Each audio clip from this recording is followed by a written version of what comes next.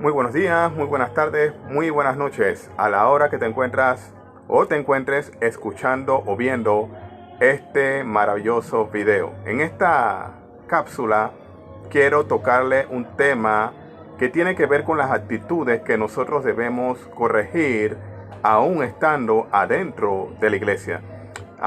El tema tiene que ver con estar perdido adentro de la casa.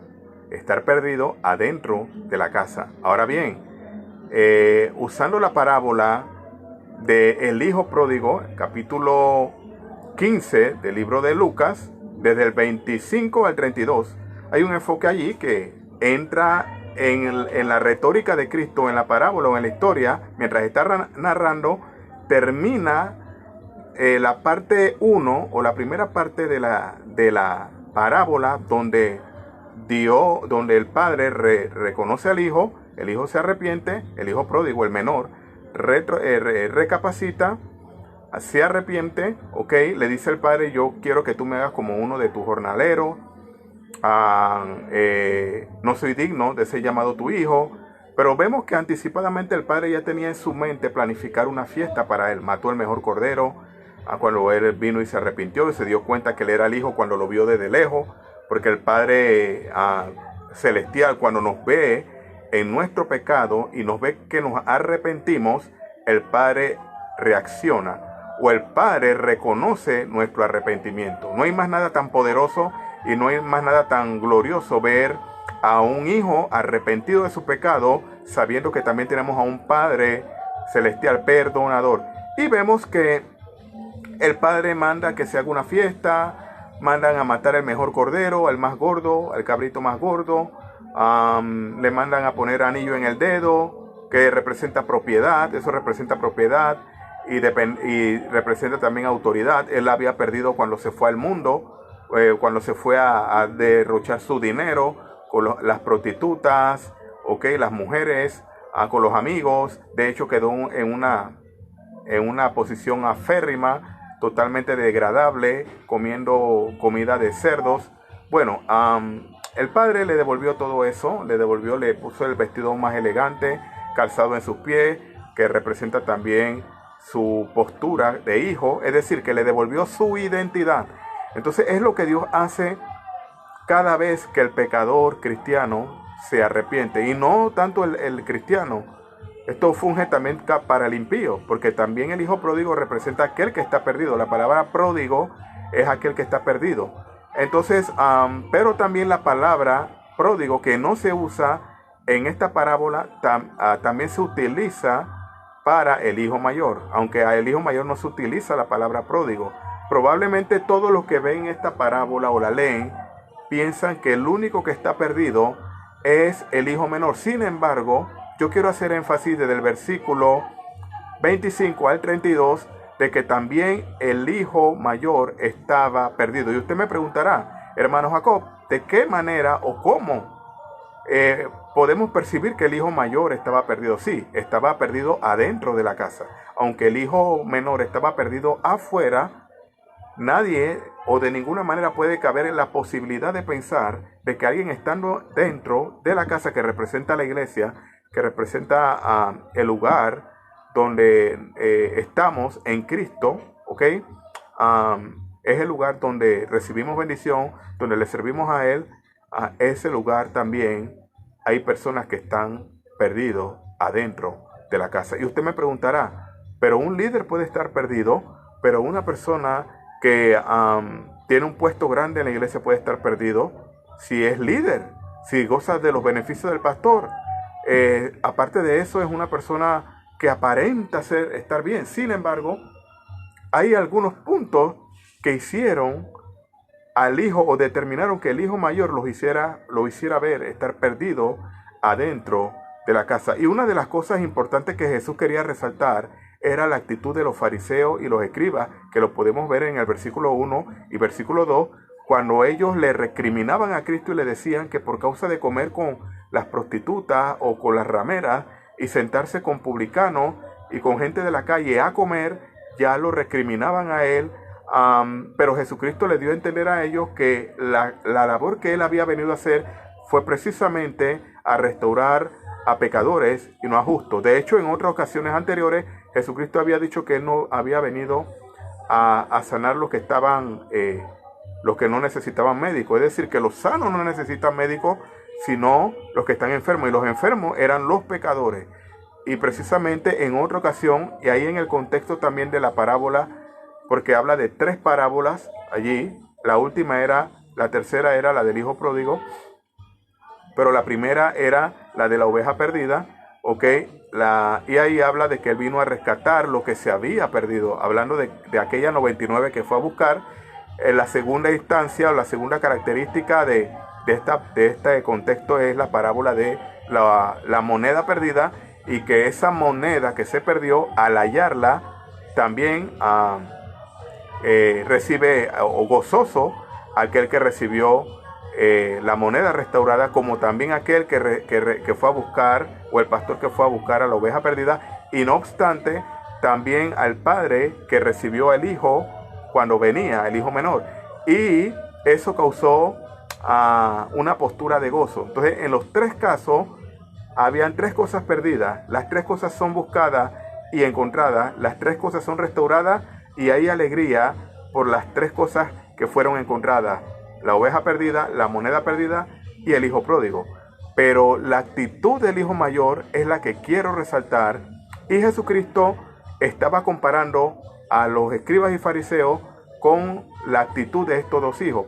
Precisamente la actitud del hijo menor representa a aquellos publicanos que, por más pecado que ellos tengan, ellos siempre demostraban estar arrepentidos. Recuerden el pasaje del pecador, el publicano y también el fariseo. En Lucas capítulo 12, precisamente ahí habla de la actitud negativa de los fariseos en contra del fariseo, del publicano, porque es señalar el pecado simplemente. En eso estaba la actitud del fariseo: siempre buscar la manera de que el gentil lo veían como alguien pecador. Aunque los publicanos eran también judíos, pero eran reconocidos como gente pecadora, gente de la calle. Y no obstante, a un fariseo precisamente sabía de que había que guardar toda la ley a su cabalidad. Entonces el hijo mayor estaba siempre representando al fariseo señalador. El hijo menor representa a aquellos publicanos o aquellas personas perdidas, y de alguna manera también representan a los gentiles, que Cristo también venía a morir por ellos. O sea, es decir, Cristo vino a morir, a rescatar al mundo de pecado, pero a primera instancia vino primero a restaurar a su pueblo, que era Israel. Recuerden lo que dice Juan capítulo 1, versículo 11, que a los suyos vino y los suyos no le recibieron. Mas a todos aquellos que le reciben le dio potestad de ser hecho hijo de Dios. Ahora bien, la actitud del hermano mayor representa la parte negativa que tenían aquellos fariseos. Y precisamente quiero enumerarla de la siguiente manera. Lo primero que estaba pasando por la mente del hijo mayor, que estaba dentro de la casa pero estaba perdido, era una actitud hipócrita. Y la palabra hipocresía viene de la palabra hipócrisis. Y esa palabra significa ponerse una máscara, aparentar algo que no es, aparentar algo que no es, pero también mostrar una postura engañadora. Eso lo hacen los actores de cine. En el tiempo antiguo, los griegos en el teatro utilizaban actores. De ahí es donde viene la palabra hipocresía. Y de hecho, mucho se le atribuye al filósofo Hipócrates, por la causa de que existían teatros y habían actores en el cual tenían que ponerse máscaras, y constantemente ellos cambiaban de máscara, dando a entender que tenían varios tipos de identidad. Entonces esa manera de cambiar de máscara implica la manera en que las personas hoy en día se muestran ante los demás, aparentando ser justos, como lo que ocurrió con el fariseo que levantaba la cabeza y se daba golpe de pecho, pero en realidad no recibían reconocimiento ante Dios porque eran hipócritas. Entonces, hipocresía es alguien que usa varias máscaras, como actores de cine, aquel tiempo actores de teatro, pero en el tiempo de los griegos, en los tiempos de Cristo, pero en este tiempo, ok, puede representar a alguien que también tenga otra actitud que aparenta ser y no lo es. Y en la iglesia, adentro, hay personas que también tienen actitudes que aparentan tener piedad, pero no lo son. Es decir, aparentan santidad, pero no viven en santidad. Aparentan tener un hogar prominente y un hogar recto, pero no lo tienen. ¿Por qué? Porque simplemente su actitud es una apariencia. Entonces Jesús estaba censurando severamente la actitud de los fariseos. Ustedes recuerdan pasajes como Mateo capítulo 23. Ahí habla de los ayes en contra de los fariseos. Y ahí habla de varias características que Jesucristo severamente censura, y es la hipocresía. Esto era lo que identificaba a los fariseos. Y los fariseos no eran una cúpula o un grupo que se identificó como hipócritas. No, esto vino por causa de la mala aplicación que le daban a la ley, y por desvirtuar realmente cuál era el verdadero concepto de la ley, que era la esperanza, era la justicia, la misericordia, el amor. Y ellos hacían algunas cosas olvidándose de lo principal. Entonces el cristiano debe guardarse de lo que es la hipocresía, ¿ok? Porque la hipocresía es la causa que hace o determina que uno aparenta ser algo que no es. Entonces fijémonos en algunas cosas que tenía este hijo mayor, que era la actitud precisamente de los fariseos. Uno, el servicio o la actitud era simplemente una obligación desagradable. Él no le servía a su padre adentro de la casa por amor, sino que le servía por una obligación desagradable. Y hay muchos en la iglesia que le sirven a Dios por una obligación desagradable. Ejemplo, hay gente que dan los diezmos o dan ofrendas porque creen que es una obligación. Hay gente que sirven o van a evangelizar porque creen que alguien los está mandando o es algo obligado. Y así muchos años se la pasan en la iglesia pensando que le están sirviendo a Dios. Sin embargo, es un servicio o una acción desagradable. Y mucha gente puede estar sirviéndole a Dios pensando que le están agradando, pero es algo desagradable porque es algo que es impositivo y no sienten que es algo por amor. Y hay muchas personas que pueden estar sirviéndole a Dios con un servicio desagradable y no por amor. ¿Por qué? Porque vemos la actitud de él al decir que mientras estaba en la casa del padre, en el versículo 28, él se enojó y no quería entrar. El padre le dijo, entra a gozarte también, porque la bendición del hijo menor, del pecador, cuando es arrepentido, porque dice la Biblia que hay fiesta en los cielos por cada pecador que se arrepiente. Sin embargo, esa fiesta debe ser partícipe todo aquel que es parte de la casa, ¿ok? O del cuerpo de Cristo en este caso, pero él no quería entrar. ¿Por qué no quería entrar? Porque él murmuraba en contra del hermano. Así como los fariseos murmuraban en contra de Cristo, él murmuraba en contra del hermano, dando a entender, ¿ok?, de la acción negativa que tenía en contra del hermano. Es decir, estaba buscando la oportunidad para poder recriminar al hermano en vez de poder restaurarlo. Y recuerden que cuando vino el hermano y el padre le dice a él, entra, ahí él se queja contra el padre y le dice, tú, hijo, has gastado el dinero con muchas rameras, ok, con amigos, y has derrochado todo, etcétera, y ahora tú lo recibes como si nada. Y yo, que te he servido durante mucho tiempo, ni siquiera a mí me matas ningún cordero. Entonces, esta era una actitud de servicio por obligación, una actitud negativa o obligatoria. Hay muchos que pueden estar sirviéndole a Dios, escuche esto, como una actitud, con una actitud negativa, pensando que están agradando a Dios, pero están haciéndolo con una obligación desagradable. Nosotros no servimos a Dios por obligación, nosotros le servimos por amor, ¿ok? Por gracia. Entonces, él ni siquiera llama padre a su padre, ni hermano al hermano, sino que dice, tu hijo, es una acción despectiva. Ahora bien, él todavía se sentía esclavo. Aunque él estaba dentro de la casa del padre, se sentía esclavo. Hay muchos cristianos que estando adentro de la casa del padre se sienten todavía con mentalidad de esclavos. La Biblia dice, Jesucristo dijo, en Juan 8, que si el Hijo nos libertare, seríamos verdaderamente libres. Verdaderamente libre implica que ahora nuestra postura cambia a una posición prominente en Cristo y ya no estamos bajo el yugo del pecado ni de la ley, porque en Cristo somos libres. Pero hay cristianos que no aprovechan esa libertad de Cristo porque se sienten esclavos. Y también hay cristianos que pueden estar tantos años en la iglesia, pero independientemente de las dificultades, se sienten no como hijos, se sienten como esclavos. Y yo quiero darte esta cápsula para que tú aprendas o reconozcas que aunque hayan dificultades en el camino, tú debes sentirte como hijo y no como esclavo. Segundo, él tenía falta de humildad. Era legalista y tenía falta de humildad. ¿Por qué? Porque él decía, no habiéndote yo desobedecido jamás, ¿ok?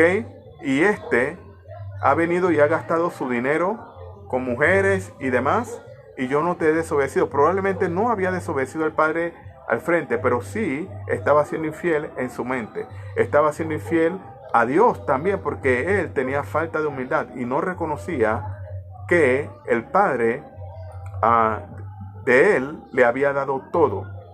Él se creía muy superior a su hermano menor, ¿ok? Él se creía que era más moral que el hermano y veía al hermano como inmoral. Así ven muchos cristianos, muchos hermanos hoy en día que se sienten más que otros hermanos porque sienten que el hermano pecó. Es que cuando ya alguien peca viene el dedo señalador, pero poco viene el espíritu de restaurador, que dice Pablo en Gálatas capítulo 6 versículo 1, si encuentras a tu hermano en alguna falta, ustedes que son espirituales, restáurenle con espíritu de mansedumbre, no sean que ustedes mismos sean tentados. ¿Ok? Pero dice allí, considerándote a ti mismo. ¿Saben por qué? Porque nosotros mismos también podemos cometer el mismo pecado de aquel que cayó, o peores. Entonces, él se creía superior al hermano, pero también eso era lo que hacían los fariseos. Se creían superiores a los demás porque precisamente guardaban la ley, pero se olvidaban del amor, se olvidaban de la misericordia, se olvidaban de el servicio pleno o con un corazón transparente ante Dios. Ahora, una pregunta retórica.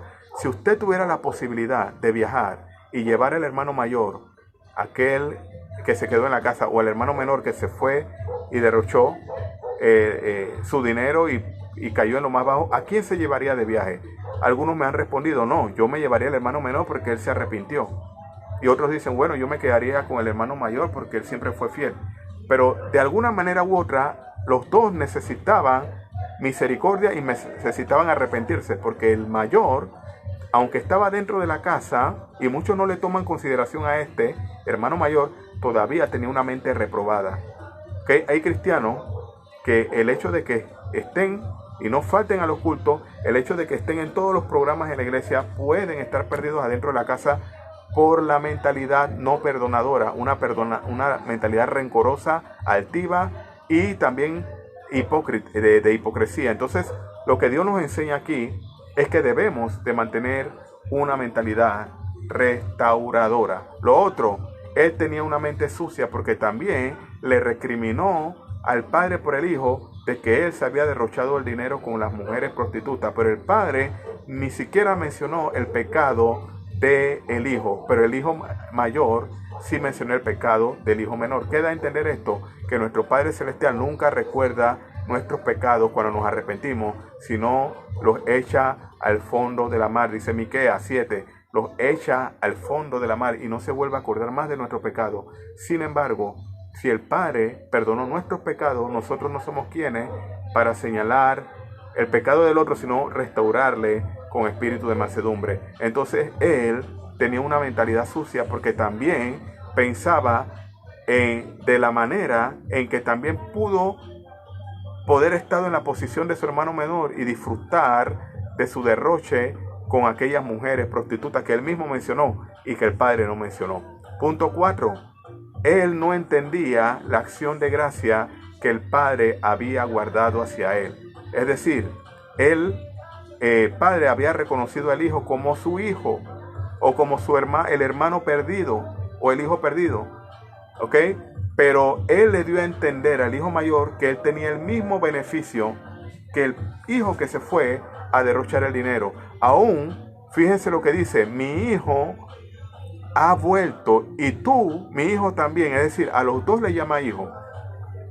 Aquella persona que pueda estar débil en la fe, aquella persona que le haya podido fallar a Dios, se puede arrepentir, sigue siendo hijo de Dios. No importa qué magnitud o qué puesto tenga el otro hermano, ante los ojos de Dios los dos son hijos.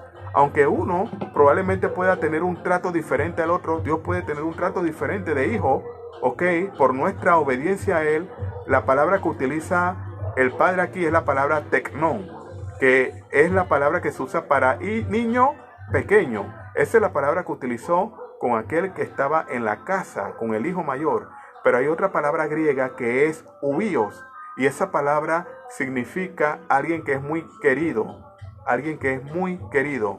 ¿Se dan cuenta que ambos eran queridos? Uno era como consentido, el niño pequeño, y el otro era el muchacho muy querido porque se había perdido y había retornado. Es decir, que a los dos el Padre le da amor, y de igual manera el Padre Celestial nos da amor.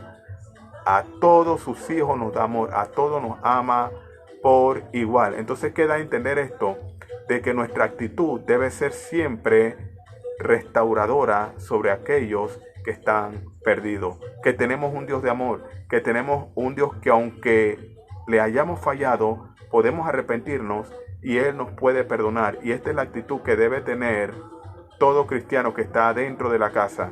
Pero el amor de Dios puede vencer, escuche esto, la estupidez humana más grande y las circunstancias que tantas veces influyen para mal, y hasta puede hacer consciente que la rebeldía más grande en el corazón sea restaurada. ¿Saben por qué? Porque Dios es amor y no se agrada, o Él no se resigna a perder al que Él ama, ¿ok? También esto implica de que Él recupera a aquellas personas, ¿ok?, que aparentemente tienen una actitud negativa, y también aquellos que están adentro. Escuchen esto, también los puede restaurar en su mentalidad. Hay quienes están perdidos en pecado físico, pero también hay quienes están perdidos en pecados mentales. Jesucristo dijo allá en el Sermón del Monte, ya casi terminando el Sermón del Monte, decía, si ustedes ven a una mujer con una actitud y la codician en su corazón, ya adulteraron. Es decir, no tienes que llevarla a la cama. ¿Por qué? Porque el pecado inicia aquí en la mente. Es decir, que no necesariamente hay que llamar pecado a lo que vemos visiblemente, sino también debemos cuidar nuestra mente de guardarnos de las actitudes del hijo mayor. Que el Señor te bendiga y aprendamos a tener la actitud correcta para que podamos ser aceptos delante de Dios. Bendiciones.